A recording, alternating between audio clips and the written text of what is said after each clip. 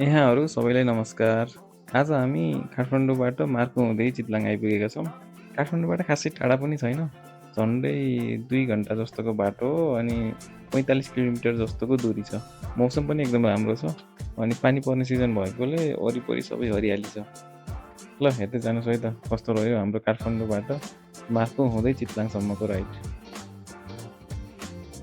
अहिले म यो टियु गेट भएर चितपुर जाँदैछु। असल चाहिँ हामी चितलाङ जाने भनेर हिँडेको यता मार्फतको बाटो हुँदै। त्यसको लागि चाहिँ एकजना साथी मेरो ढाल्पामा बस्नुहुन्छ, उहाँलाई लिएर चाहिँ जाने हो। काठमाडौँतिर चाहिँ यस्तो गर्मी थियो नि आज आउँदाखेरि। अनि यो टियु गेटबाट तिर्ने बित्तिकै चाहिँ यस्तो शीतल हुने क्या। अब यो धेरै रुखहरू भएर हो कि होइन, टेम्परेचर त लगभग 5-6 डिग्री नै घटेको जस्तो हुने रहेछ। अब काठमाडौँ त पुरै कन्क्रिटको जङ्गल बनिसक्यो। अब यस्तो जङ्गल भयो भने चाहिँ एकदम यो ग्लोबल वार्मिङ त के भन्ने, अब यो धेरै टेम्परेचर हुनेलाई चाहिँ एकदम घटाउन चाहिँ हेल्प गर्दो रहेछ क्या।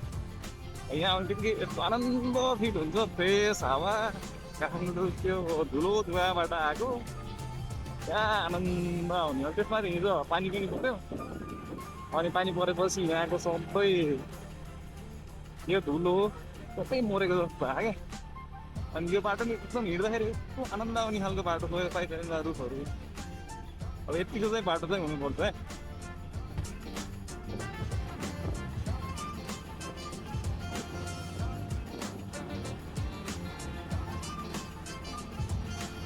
कीर्तिपुरको नयाँ बजारबाट हामी ढाल्पा हुँदै अगाडि बढ्छौँ। साथीको घर चाहिँ ढाल्पा चोक हो अनि त्यहाँबाट साथीलाई पिकअप गरेर हामी कीर्तिपुरको भित्री बाटो टौदह निक्लन्छौँ। अनि त्यहाँबाट हामी दक्षिणकाली जाने बाटो समाएर अगाडि बढ्छौँ। खासमा मेन बाटो चाहिँ यता चोबार हुँदै आउने बाटो छ। हामी त्यो बाटो नभई भित्री बाटो, कीर्तिपुरको भित्री बाटो हुँदै टौदह निक्लन्छौँ। टौदहबाट एकैछिनमा हामी यो डल्लु भन्ने ठाउँमा पुग्छौँ। यसो हेर्दाखेरि चाहिँ यहाँ गुम्बा भएको एकदम राम्रो बस्ती रहेछ। हामी डल्लुबाट केही बेर हिँडेर 4 नारायण मध्ये एक शेषनारायणको मन्दिरमा पुग्छौँ। यहाँ जहिले आउँदा पनि श्रद्धालुहरूको घुइँचो नै रहन्छ। अनि यो मन्दिरभित्र चाहिँ पद्मसम्भवले तपस्या गरेको गुफा पनि छ। पद्मसम्भव भनेका चाहिँ तिब्बतमा बुद्ध धर्म फैलाउने सुरुवाती गुरुहरूमध्ये एक हुने। शेषनारायणको मन्दिरबाट हिँडेको एकैछिनमा पर्किङ पुग्छौँ।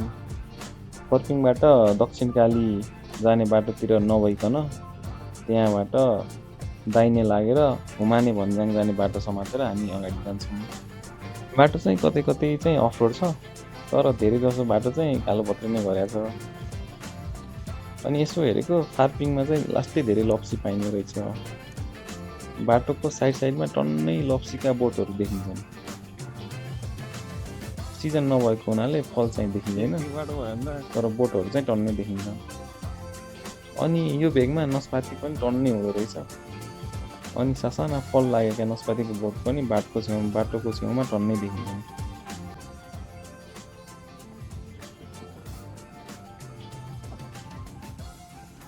बाटोको अवस्था चाहिँ राम्रै छ। पहिला यो तुलेखानी हो थोडा जाने बाटोमा गाडी कति हुन्थ्यो, म लास्टै धेरै हिँड्ने बाटो थियो। अहिले चाहिँ तल सिस्नेरीतिरको बाटो सुतेपछि चाहिँ खासै गाडी नै खासै देखिएन। सायद अहिले धेरै जसो गाडी चाहिँ तल सिस्नेरीतिरबाटै जाँदै। एकैछिनमा हामी हुमाने भन्ज्याङ भन्ने ठाउँमा पुगिन्छ। त्यहाँबाट हामी ओह्रालो लागेर पुलेखानीतिर लाग्छौँ। यो चाहिँ आयो हामी सेतो घर भन्ने ठाउँमा एउटा सेतो घर रहेछ।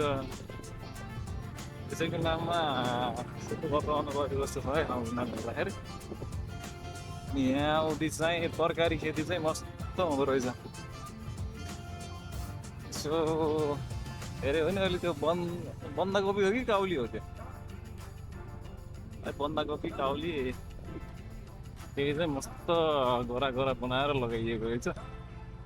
त्यही भएर अलि रमाइलो देखिने बर्खा सिजन भएको भयो होला। हरियो छ तपाईँको चाहिँ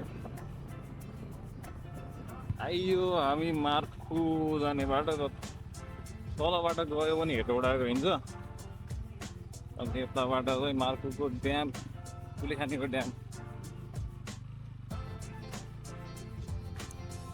अनि ठ्याक्कै यो चोकलक चाहिँ कलङ्की भन्दो रहेछ। कुलेखानी कलङ्की यताबाट नि तल ड्याम हुँदै तल उमा जाने स्विमिङ पुल हेटौँडा जान। ड्याम पुगेर आउनु त, हँ? ड्याम पुगेर आउनु। अहिले हामी यो कुलेखानीको वाटर स्टोरेजको किनारै किनार भएर मार्कुतिर जाँदैछौँ। यो तल चाहिँ ड्याममा चाहिँ भिडियो खिच्न दिँदो रहन्छ। अनि यो वाटर स्टोर गर्नलाई बनाएको यो ताल चाहिँ नेपालको सबभन्दा ठुलो, अहिलेसम्मलाई सबभन्दा ठुलो मेनमेड ताल रहेछ। यसको नाम चाहिँ इन्द्र सरोवर भन्दो रहेछ।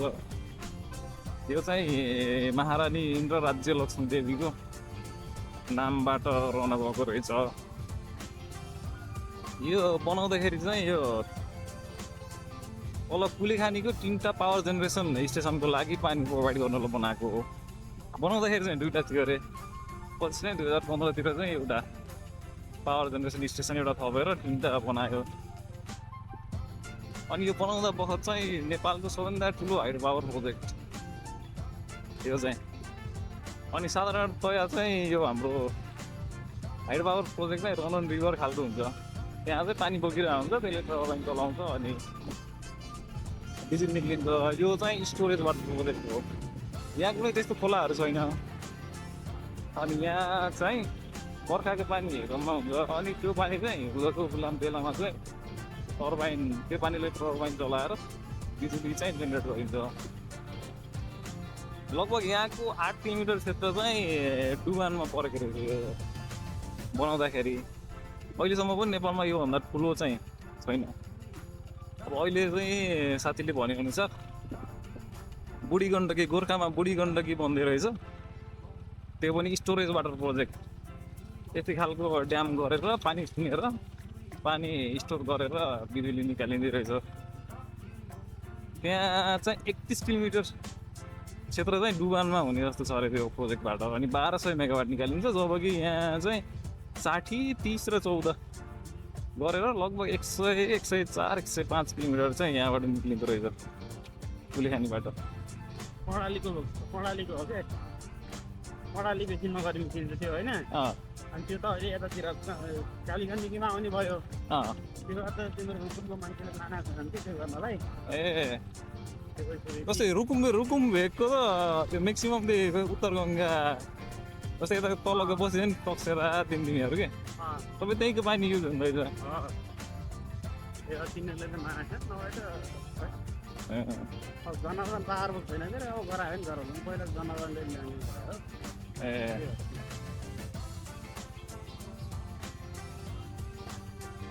यस्तो राम्रो फाँट छ यार है।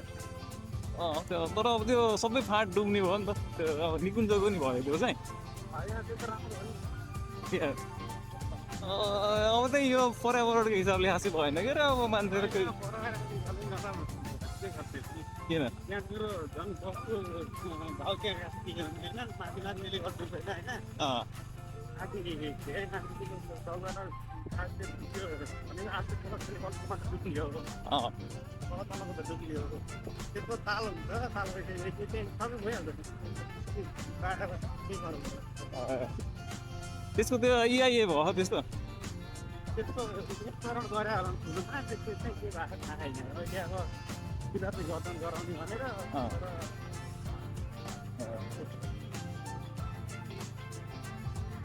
त्यो फेरि त्यो के अरे त्यो शिकार आरक्षको भित्र नि पऱ्यो होइन त्यो। सिकेर रहेछ त्यो आरक्षभित्र त्यत्रो प्रोजेक्ट बनाउनु त बनायो भने चाहिँ होइन त्यसतिर धेरै धेरै अरू ठाउँमा 15 रुपियाँ धेरै भए चाहिँ बनाएको नि त। त्यही कुरा झ्यापो बनाउँदाखेरि यो ठाउँमा त ड्याम बनाउने ठाउँमा अलिअलि हुने नभए बाँकी माथि त त्यही नै हुन्छ। कति किलोमिटर फैलिन्छ त्यो? त्यो चाहिँ त्यो कति किलोमिटर पाउँछ त्यहाँ?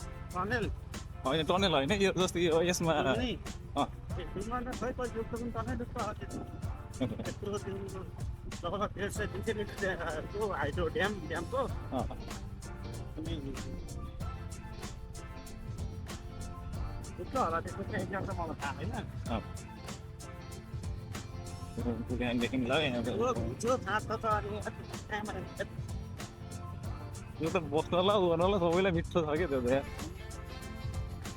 त्यस्तो उ पनि छैन त्यही हिउँ पर्ने बेला चिसो भएर अलिकति नि हिउँ पर्ने बेला चाहिँ त्यहाँ साह्रै चिसो हुन्छ अरे है अँ त्यो होला हिउँसिउँ परिदिनु रहेछ त्यहाँ त्यो नि हाइट त राम्रै हाइटमा छ नि त्यो सबै 2700-2800 मा छ क्या तल अनि मार्कोबाट हामी हल्का फुल्का अफरोड बाटो भएर चितलाङ पुग्छौँ। मार्कोबाट चितलाङ गर्नको लागि चाहिँ एकदम यहाँको फेमस भेडा फार्म हुँदै पनि आउन सकिन्छ। तर हामी त्यहाँ पहिले गइसकेका थियौँ अनि बाटो पनि केही अफरोड छ अनि बाइक पनि नयाँ भन्ने सुनेर यता पालुङ जाने बाटो हुँदै चितलाङ आयो। भेडा फार्म चाहिँ घुम्नको लागि चाहिँ एकदम नै आकर्षक छ। चितलाङ चाहिँ मकवानपुर जिल्लामा पर्छ अनि यो एकदम पुरानो इतिहास बोकेको ठाउँ हो। पहिला काठमाडौँ र इन्डियाको मुख्य ट्रेड रुट पनि यही हो रे। पहिला राणा शासनको बेलामा चाहिँ काठमाडौँमा पहिलो गाडी चाहिँ चितलाङबाट चन्द्रगिरी उता मकवानपुर भीमफेदी हुँदै चितलाङ अनि यहाँबाट चन्द्रगिरी हुँदै काठमाडौँ झारेका हुन्थ्यो। चन्द्रगिरीको बाटो हुँदै आउने हो भने काठमाडौँको माता तीर्थबाट 1-1.5 घन्टाभन्दा बेसी चाहिँ लाग्दैन। तर अहिले त्यो बाटो चाहिँ बनिने क्रममा छ अरे अनि धेरै जसो बाटो चाहिँ अफरोड छ अरे। तर हामी चाहिँ पर्खिँदाखेरि चाहिँ आज त्यो बाटो नै खोज्छौँ। अहिले भर्खर चाहिँ यो चितलाङमा Madan Bhandari university of science and technologies भनेर खुलेको रहेछ। यहाँ चाहिँ यसको नजिकै चाहिँ पहिला एकदम ठुलो नस्पातीको बगैँचा थियो। अहिले भने त्यो बगैँचा फाडेर भवनहरू निर्माण गर्ने कार्यक्रम चलिरहेको रहेछ।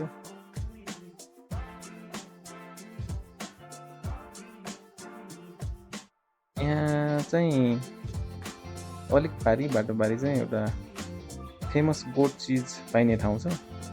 एकदम मिठो हुन्छ त्यहाँको चिज। हामीले पहिला टेस्ट गरेका थियौँ। योपालि चाहिँ हामी खासै त्यता गएनौँ। अनि यहाँको अर्को भनेको चाहिँ यहाँ रहेका पुराना बस्तीहरू छन्। अझै पनि पुरानो शैलीमा बनेका घरहरू हेर्न चाहिँ साह्रै मजा आउँछ। अहिले रिसेन्टली भने चाहिँ यहाँ कन्क्रिटका नयाँ बिल्डिङहरू नै बन्ने क्रममा रहेछन्। अनि पुरानो घरहरू चाहिँ हराउने क्रममा देखियो। एकछिन चाहिँ हामी चितलाङ घुम्यौँ, यहाँ बस्यौँ, खाजासाजा खायौँ अनि चन्द्रगिरीको बाटो हुँदै काठमाडौँ फर्क्यौँ।